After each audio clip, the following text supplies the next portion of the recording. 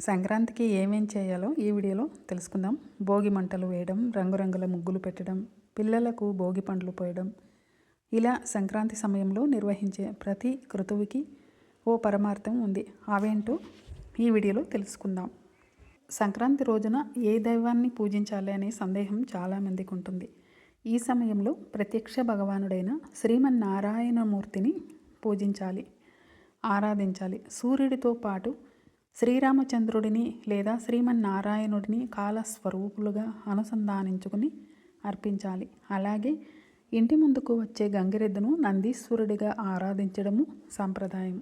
కొన్ని ప్రాంతాల్లో అయితే పితృదేవతలకు తర్పణాలు కూడా వదులుతారు. సూర్యుడు ఏడాది మొత్తం 12 రాశుల్లో సంచరిస్తాడు. ఈ సమయంలో తన దిశను మార్చుకుని ధనుర్రాశిని వదిలి మకర రాశిలోకి ప్రవేశిస్తాడు. దాన్నే మకర సంక్రాంతిగా కూడా పిలుస్తాం. ఆ రోజు నుంచి కర్మసాక్షి దక్షిణం నుంచి కాకుండా ఉత్తరం దిశగా తన కిరణాలను ప్రసరింపజేస్తాడు. అలా దక్షిణాయనం పూర్తయిపోయి ఉత్తరాయణ పుణ్యకాలం ఆరంభం అవుతుంది. ప్రతి ఆయనం 6 నెలలు కొనసాగుతుంది.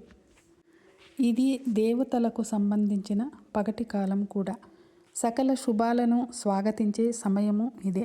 ఈ ప్రక్రియ సౌరమానం ప్రకారం సూర్యుడి కదలికల్ని బట్టి స్థిరంగా జనవరి 13, 15 తేదీల మధ్య ఎక్కువగా జరుగుతుంది. అందుకే ఈ ఒక్క పండుగ మాత్రం ఆంగ్ల క్యాలెండర్కు అతి దగ్గరగా ఉంటుంది. రంగురంగుల ముగ్గులు, గొబ్బెమ్మలు పెట్టడంలో అంతరార్థం ఏమిటో ఇప్పుడు తెలుసుకుందాం. సూర్య భగవానుడు ధనుసు రాశిలోకి ప్రవేశించినప్పుడు నెలపట్టు ఉంటాడు. ఈ నెలపట్టు సుమారుగా డిసెంబరు 15, 16 తేదీల్లో ఆరంభమై దాదాపు 30 రోజులు కొనసాగుతుంది.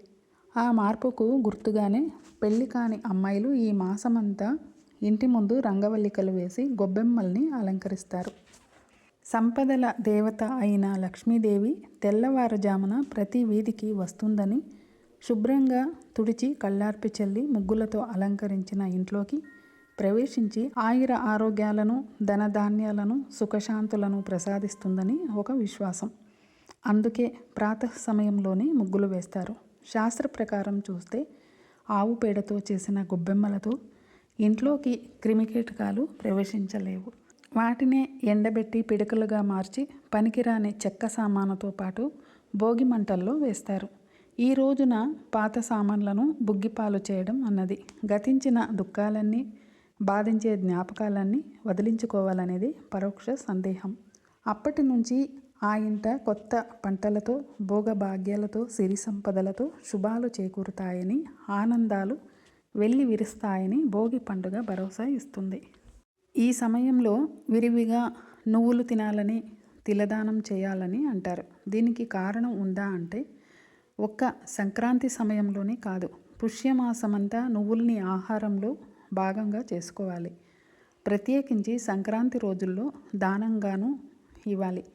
మనం చేసిన ఏ కొద్ది పాపమైనా తిలదానం వల్ల పటాపంచల అవుతుందని శాస్త్రాలు చెబుతున్నాయి. సైన్స్ పరంగా చూస్తే ఈ కాలంలో త్వరగా చీకటి పడుతుంది. రాత్రి సమయం ఎక్కువగా ఉంటుంది. విపరీతమైన చలి కారణంగా శరీరానికి తగినంత సూర్యకాంతి లభించదు. నువ్వుల్ని తీసుకోవడం వల్ల ఆ లోపం భర్తీ అవుతుందనే ఉద్దేశంతోనే మన పూర్వీకులు ఈ ధాన్యానికి అంత ప్రాధాన్యం ఇచ్చారు. నువ్వుల నూనెను ఒంటికి రాసుకొని స్నానం చేస్తే శరీర ఉష్ణోగ్రత పెరుగుతుందని అంటారు. సంక్రాంతికి నువ్వులతో పాటు పెరుగు, గుమ్మడికాయ, కొత్త వస్త్రాలు దానంగా ఇవ్వాలని శాస్త్రాలు చెబుతున్నాయి. భోగి, సంక్రాంతి, కనుమ, ముక్కనుమలతో కలిపి సంక్రాంతి 4 రోజుల పండుగ అయినా ఈ మధ్యకాలంలో ఎక్కువగా 3 రోజులే జరుపుకోవటం చూస్తాం. భోగి నాడు పిల్లలకు రేగుపండ్లతో భోగి పండ్లు పోయడం వల్ల వాళ్లపైన ఉన్న దిష్టి తొలగిపోతుందని అంటారు. ఇక కనుమ నాడు కాకైనా కదలదని సామెత ఉంది. ఈ రోజున ఎవరూ బయటకు వెళ్లకుండా వీలైనంత వరకు విశ్రాంతి తీసుకోవాలన్నది ఈ నియమం ఉద్దేశం. నిజానికి కనుమ అచ్చంగా వ్యవసాయదారుల పండుగ. చాలా ప్రాంతాల్లో రైతులు ధాన్యపు కుంకుల్ని తమ గుమ్మాలకు వేలాడదీస్తారు. ఈ రోజున పశువుల కొట్టాలని శుభ్రం చేసి వ్యవసాయానికి సాయపడిన పశువులను, వ్యవసాయం చేసే పనిముట్లను కడిగి అలంకరిస్తారు. పశువులతో ఏ పని చేయించరు, వాటికి పూర్తి విశ్రాంతి ఇస్తారు. రకరకాల పోటీలు నిర్వహించి ఆనందిస్తారు.